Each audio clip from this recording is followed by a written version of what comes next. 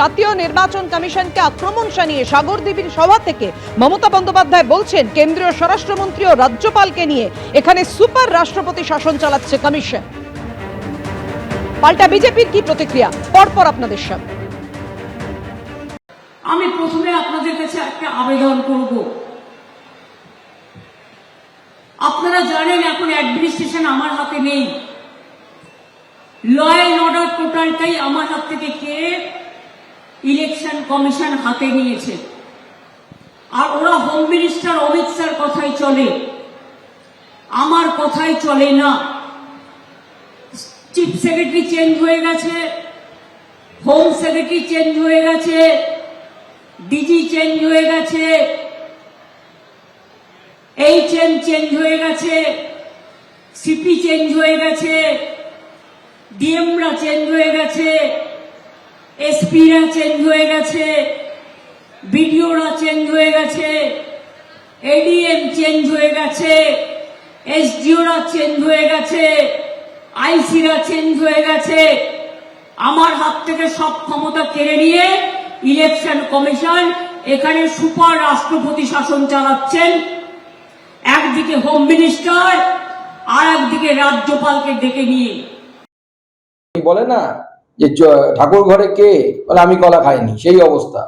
পরিকল্পনা মুখ্যমন্ত্রী চাইছেন যে রাজ্যের কোন একটি জায়গায় একটু গুলি চলুক, ঠিক শীতলকুচির মতো অবস্থা তৈরি হোক, বিশেষ করে মুসলিম সংখ্যালঘু এলাকায়। তাহলে পরে ওনার ভোটটা কনসলিডেট হবে, যেটা 21 সালে হয়েছিল। মুখ্যমন্ত্রী মুসলিম ভোট নিয়ে চিন্তিত আছেন, কারণ মুসলিমরাও ঠিক করেছে এবার সবাই তৃণমূল কংগ্রেসকে ভোট দেবে না।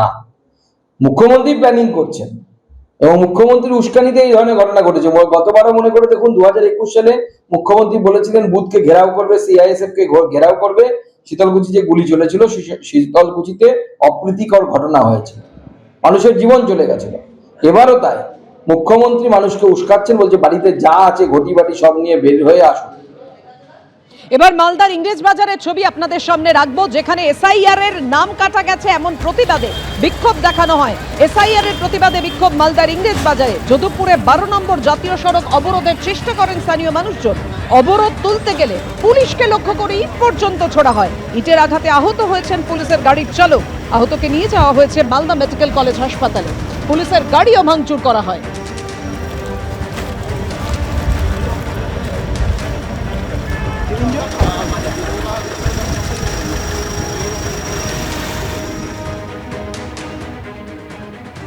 ভোটার লিস্টের নাম বাদ মালদার মোথাবাড়িতে তাণ্ডবের ঘটনার পর ওল্ড মালদার মঙ্গলবাড়িতে বিক্ষোভ দেখানো হলো। 12 নম্বর জাতীয় সড়ক অবরোধ করে বিক্ষোভ। ঘটনাস্থলে মালদা থানার প্রচুর পুলিশ সহ কেন্দ্রীয় বাহিনীও মোতায়েন রয়েছে। গতকাল মোথাবাড়িতে আপনারা গতকাল দেখেছেন যে কিভাবে তাণ্ডব চলেছে। এবার ওল্ড মালদার মঙ্গলবাড়িতে বিক্ষোভ। আমার হাত জোর করে নিবেদন আছে, আমি সবার বিভিন্ন সমস্যা আছে, এখানে যে বোনেরা আছে তাদেরও ডিফারেন্ট সমস্যা আছে।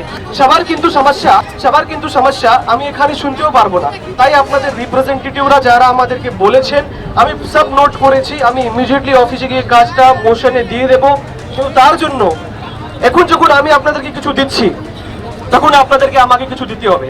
আপনারা যে সকালে 9টা থেকে না খেয়ে না জল খেয়ে এত রোদের মধ্যে বসে আছেন, তার কিছু ফলাফল চাইবেন তো?